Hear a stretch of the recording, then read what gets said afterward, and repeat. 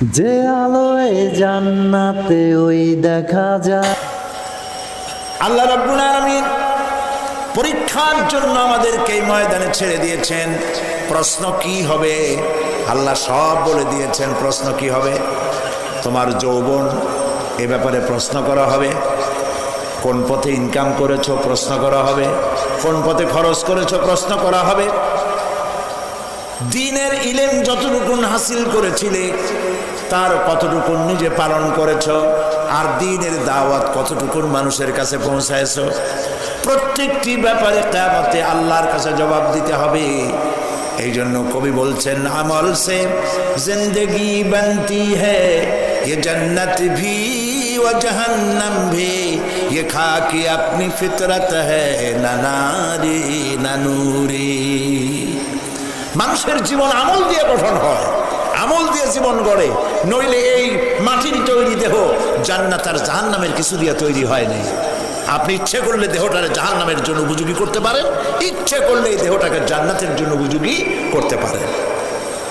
এটি আপনার ইখতিয়ারে আল্লাহ দিয়েছে, আপনাকে বাধ্য করা হয় নাই যে সেজদা না দিলে ফেরেশতা এসে ঘাড়ের উপরে পিটাবে। সুদ ঘুষ জেনা করলে পরে ঠ্যাং পিটায় ভেঙে দেওয়া হবে না, আপনি বাধ্য নন। আপনি সম্মানিত জীব আল্লাহ, সম্মানিত প্রাণী আল্লাহ পাকের, সেই জন্য মানুষকে বাধ্য করা হয় নাই। অটোনোমাস বডি, অটোনমি দেওয়া হয়েছে, আপনাকে স্বাধিকার দেওয়া হয়েছে।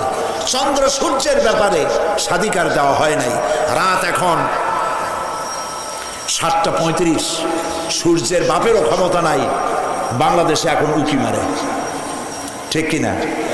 সে এখন আমেরিকায় রোদ দিচ্ছে, তাপ দিচ্ছে আমেরিকায়। ওকে নির্ধারণ করা হয়েছে যেভাবে, সেইভাবেই করতে হবে।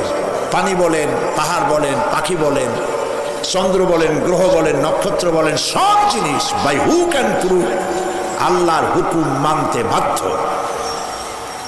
কোরআনে কারীমে আল্লাহ পাক বলেছেন, আফা গায়রা দীনিল্লাহি ইয়াবগুন ওয়া লাহু আসলামা মান ফিস সামাওয়াতি ওয়াল আরদি তাওআন ওয়া কারহা।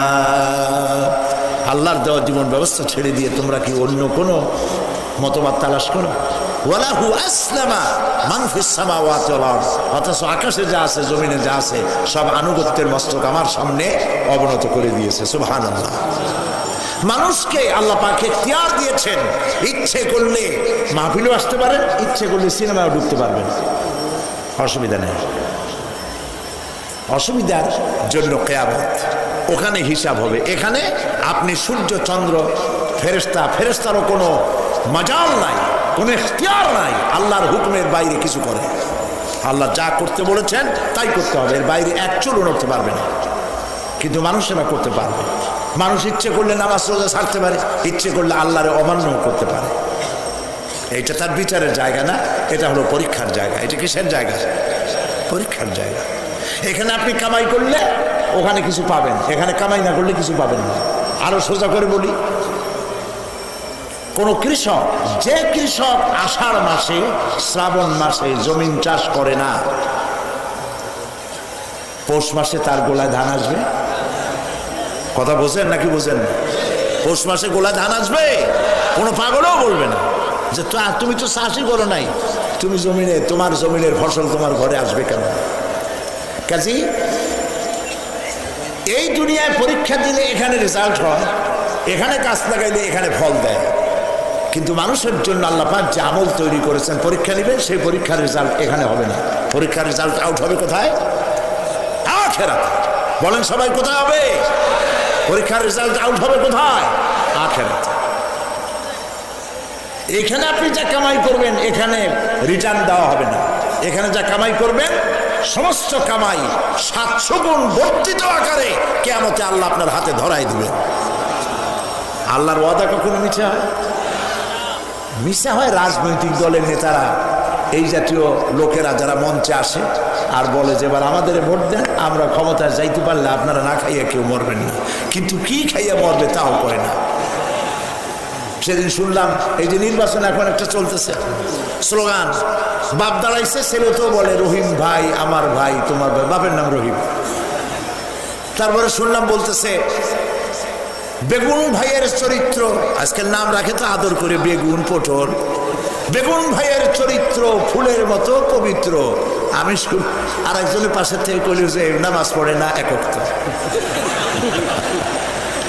এমনই ফুলের মতো চরিত্র। তো দুনিয়ার ময়দানে আপনি যা কামাই করবেন এখানে রেজাল্ট আউট হবে, এখানে আপনি পাবেন ফল, এখানে পাবেন। যা করবেন এখানে গাছ লাগাবেন, ফল লাগাবেন, এখানে পাবেন। আর আল্লাহর জন্য যেটা করবেন সেটার ফল, সেটার রেজাল্ট কিয়ামতে বাইরে হবে। সুবহানাল্লাহ। এখানে পরীক্ষা দিয়ে যদি কেউ ফেল করে, ম্যাট্রিক পরীক্ষা দিয়ে ফেল করেছে, ফাজেল পরীক্ষা দিয়ে ফেল করেছে, আবার পরীক্ষা দিয়ে পাশ করার সুযোগ আছে, আবারও ফেল করেছে, আবারও পরীক্ষা দিয়ে পাশ করার সুযোগ আছে। 10 বার যদি ফেল করে আরো 10 বার পরীক্ষা দিয়ে পাশ করার সুযোগ আছে। কিন্তু কিয়ামতের দিন আল্লাহ রাব্বুল আলামিনের জীবনের পরীক্ষায় কোনো মানুষ যদি আল্লাহর আদালতে ফেল করে বসে একবার, দ্বিতীয়বার পরীক্ষা দেওয়ার আর কোনো সুযোগ নাই।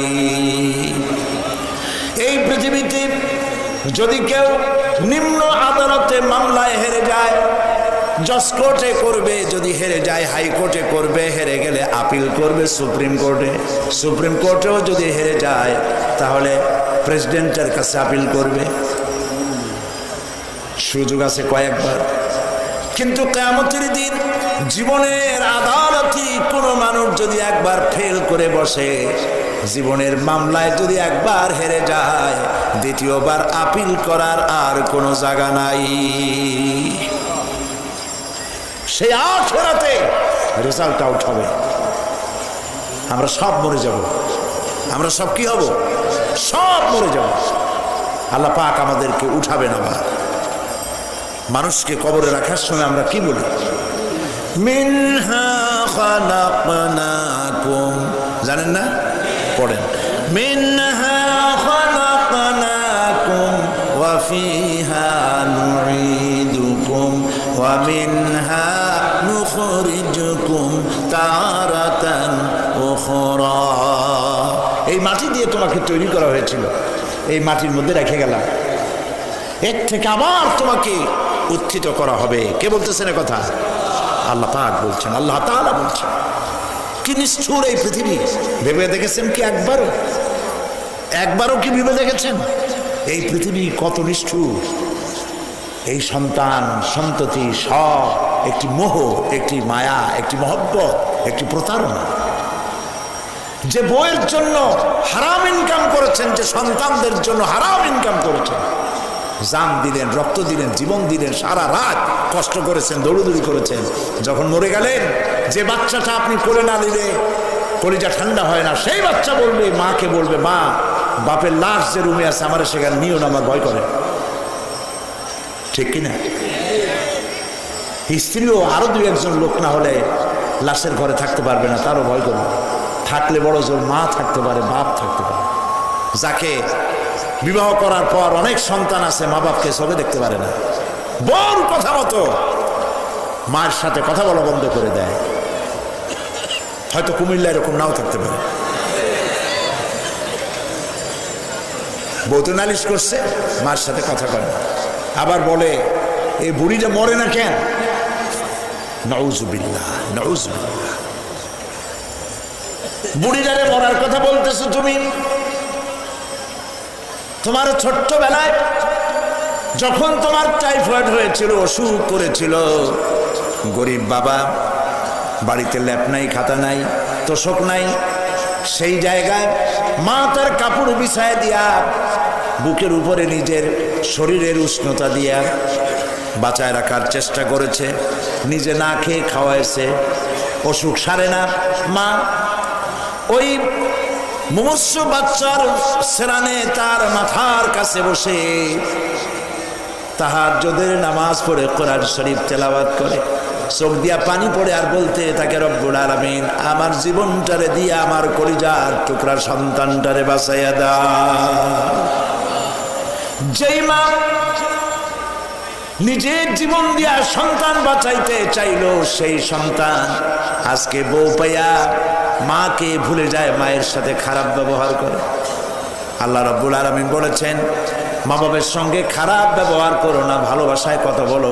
ওয়াকুল লাহুমা কাওলান কারীমা, সম্মান সূচক কথা বলো। মা বাবার জন্য দোয়া করো আমার কাছে। কে বলতেছে? আল্লাহ তাআলা বলছেন দোয়া করো আমার কাছে এই ভাষায়, রব্বিরহামহুমা কামা রাব্বায়ানি সাগীরা। পড়েন সবাই, রব্বিরহামহুমা কামা রাব্বায়ানি সাগীরা। আয় আমার রব, আমার মা বাপ যেমনি ছোটবেলায় আমাকে অত্যন্ত যত্ন করে লালন পালন করেছে, আল্লাহ তাআলা তুমি দয়া করে আমার মা বাপকে তোমার রহমতের করে লালন পালন করো। সুবহানাল্লাহ। প্রত্যেক নামাজের পর সকলে এই দোয়া পড়বেন, মনে থাকবে? মনে থাকবে? প্রিয় ভাই সব, সেই কিয়ামতের মাঠে আমাদেরকে উঠতে হবে, আল্লাহর দরবারে উঠতে হবে। সেই সময় আমাদেরকে কেউ উপকার করবে না। يوم لا ينفع مال ولا بنون, সম্পদ আর সন্তান সন্ততি কোনো কাজে লাগবে না। মা তার সন্তানকে চিনবে না, সন্তান তার মাকে চিনবে না, বাপ তার সন্তানকে চিনবে না, কেউ কাউকে পরিচয় দিবে না। কি মারাত্মক অবস্থা! মানুষ চরম অসহায় হয়ে যায়। চতুর্দিকে ফেরেশতার আনাগোনা, সূর্য মাত্র 1 হাত উপরে, প্রচন্ড তাপ নিয়ে সূর্য অবস্থান নেবে, মাথার চান্দি ফেটে গিয়ে গুনাহগারের মাথার মগজ গলে গলে পড়তে থাকবে। পিপাসার যন্ত্রণা জিহ্বাটা ঝুলে কুকুরের মতো করে নাভিস্থল পর্যন্ত ঝুলে পড়বে। কেউ উপকার করবে না, কেউ জিগাবেও না। অনেক লোক আছে পীরের কাছে মুরিদ হয় আর মনে করে পীর সাহেব তারে কিয়ামতে সুপারিশ করবে। অসম্ভব। আয়াতুল কুরসির মধ্যে আমরা পড়ি, মান যাল্লাযী ইয়াশফাউ ইনদাহু ইল্লা বিইজনিহি। কে আছে এমন, কার হিম্মত আছে আল্লাহ পাকের বিনা অনুমতিতে কথা বলে? সুবহানাল্লাহ বলে। কোথার পীর, কোথার খাজা বাবা হারায় যাবে। ইব্রাহিম আলাইহিস সালামের মতো পয়গম্বর কি মনে করে? আল্লাহর খলিল। ইব্রাহিম আলাইহিস সালাম আল্লাহর কি? আল্লাহর খলিল। আল্লাহর খলিল কিয়ামতের দিন বলবেন, আল্লাহ পাক, আয় আল্লাহ তাআলা, আমার বাপের কাছে আমার একটা ওয়াদা ছিল, আমি সুপারিশ করবো তার জন্য, তুমি দয়া করে আমার বাপকে জাহান্নাম থেকে ক্ষমা করো, আমি তার জন্য সুপারিশ করতেছি। আল্লাহ তাআলা বলবেন, ইব্রাহিম তোমার সুপারিশ মঞ্জুর হলো না। কথা বুঝতেছেন না? বুঝতেছেন না? ইব্রাহিম আলাইহিস সালাম যদি বাপের জন্য সুপারিশ করতে না পারে, ইব্রাহিম আলাইহিস সালাম তিনি যদি তার বাপের জন্য সুপারিশ করিয়া যদি ব্যর্থ হন, আপনার পিসাব কোন কামে লাগবে চিন্তা করেন। নবী করিম সাল্লাল্লাহু আলাইহি ওয়াসাল্লামকে প্রশ্ন করা হয়েছে, হে রাসূল আপনার আব্বা আম্মার অবস্থা কি হবে? কথা কি শোনেন নাকি? আপনার আব্বা আম্মার অবস্থা কি হবে? নবী করিম সাল্লাল্লাহু আলাইহি ওয়াসাল্লাম বলেছেন, আমি আমার আব্বা আম্মার কোন উপকারে আসবো না। ইন্না লিল্লাহি ওয়া ইন্না ইলাইহি রাজিউন। তাহলে কোন সাহসে মনে করতেছেন কোন পীর কোন একটা বিদেশ থেকে দেশের থেকে একটা নাজিল হলো আর ওইটার পিছনে পিছনে দৌড়াবেন, সে আপনারা নাজাত দেবে, তার পায়ে চুমা খাবেন? এই পায়ে হাত দিয়ে কদম বুঝি করা বাদ দেন। টাকা ইনকাম করার জন্য মানুষকে ভুল পথে পরিচালিত করছে অনেক পীর। আছেন এমন? খালি মানুষে টাকা দেয়, জামায় অনেক পকেট, খালি টাকা নেয় সমানে ঢুকাইতে থাকে চতুর্দিক দিয়ে। বাইরে বোঝার উপায় নাই। কিন্তু অনেক পীর আছে এমন, ঢাকা শহরে বড় বড় মার্কেটের মালিক, আমি জানি, বড় বড় মার্কেটের মালিক, বিরাট ব্যবসায়ী, জামা পরিষ্কার করে না 2 মাসেও। মানুষকে দেখাবার জন্য গামছাটা নাকের কাছে ধরে ফট ফট করে আওয়াজ করে, মনে হয় যেন কাঁদতেছে। আর্টিফিশিয়াল তাসান্ন। হাবিজাবি জিকির শিখায়, লা ইলাহা কতক্ষণ, ইল্লাল্লাহ কতক্ষণ, আল্লাহ আল্লাহ কতক্ষণ। কোথায় পাইছো ইল্লাল্লাহ? ইল্লাল্লাহ কিসের জিকির? ইল্লাল্লাহ মানে কি? আল্লাহ ছাড়া, আল্লাহ ছাড়া, আল্লাহ ছাড়া, আল্লাহ ছাড়া কি? কাজী রাসূলুল্লাহ যা করেন এগুলি বেদাত। এইসব পীরের পাশে যাবেন না, মনে থাকবে।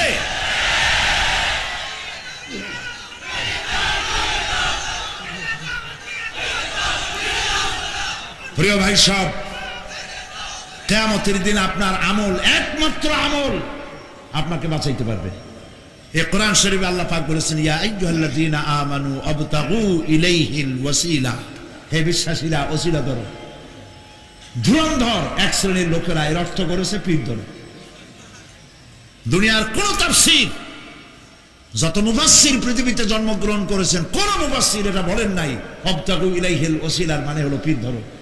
বরং সমস্ত তাফসীর মুহাক্কিকিন বলেছেন আবতাগু ইলাইহিল ওয়াসিলা আয় আমলে সালেহ, নেক আমলের ওসিলা ধরো। সুবহানাল্লাহ, নেক আমলের ওসিলা ধরো। প্রিয় ভাই সব, ধান্দাবাজি ছাড়তে হবে। কিয়ামতের দিন মানুষ একেবারে অসহায় হয়ে যাবে, কেউ সাহায্য করবে না। সেই দিন প্রশ্নগুলি, প্রশ্নপত্র সামনে আসবে, আমলনামাগুলি বেঈমানের পিছন দিক থেকে বাম হাতে আসবে, আর ইমানদারের সামনে থেকে ডান হাতে আসবে। আমলনামা হাতে পাওয়ার সঙ্গে সঙ্গে বেঈমান বুঝে ফেলবে তার জায়গা কোথায়। কলিজা তখন গলার কাছে চলে আসবে। সপ্ত ছিল একসাথে।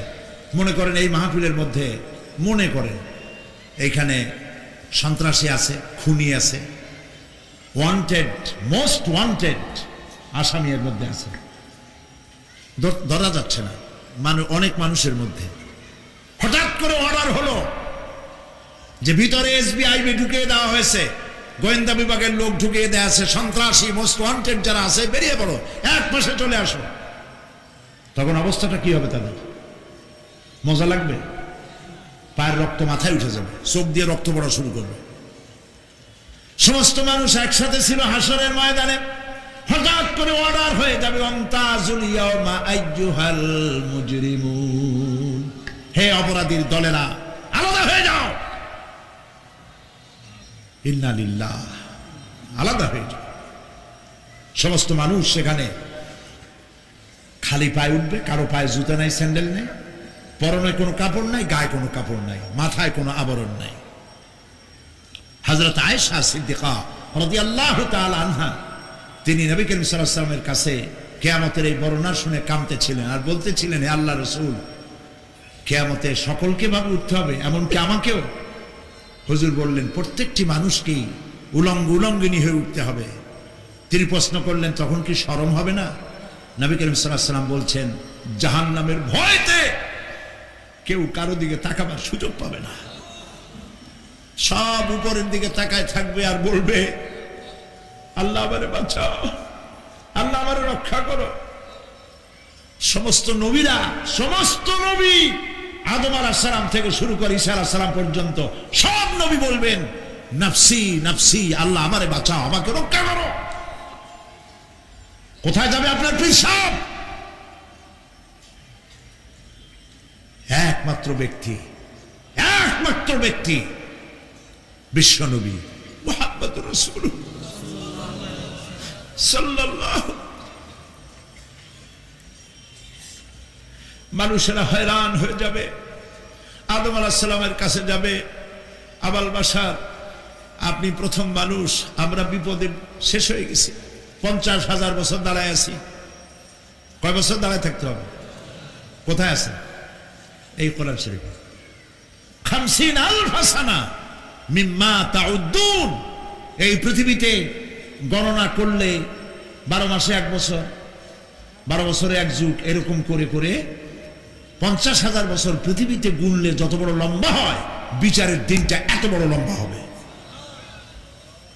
সবাই বলবে আদম আলাইহিস সালাম আমাদের জন্য একটু আল্লাহকে সুপারিশ করুন যেন তিনি আমাদের বিচারটা তাড়াতাড়ি করে দেন।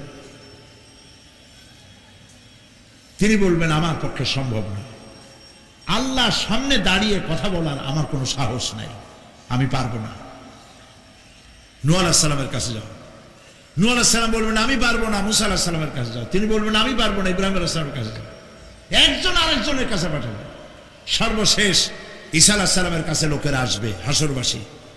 ঈসা আলাইহিস সালাম বলবেন আমি তো পারবোই না, কারণ পৃথিবীর শত শত কোটি নাসারারা আমাকে আল্লাহর ছেলে বলেছে, অথচ আমি তাদের তা বলতে বলিনি।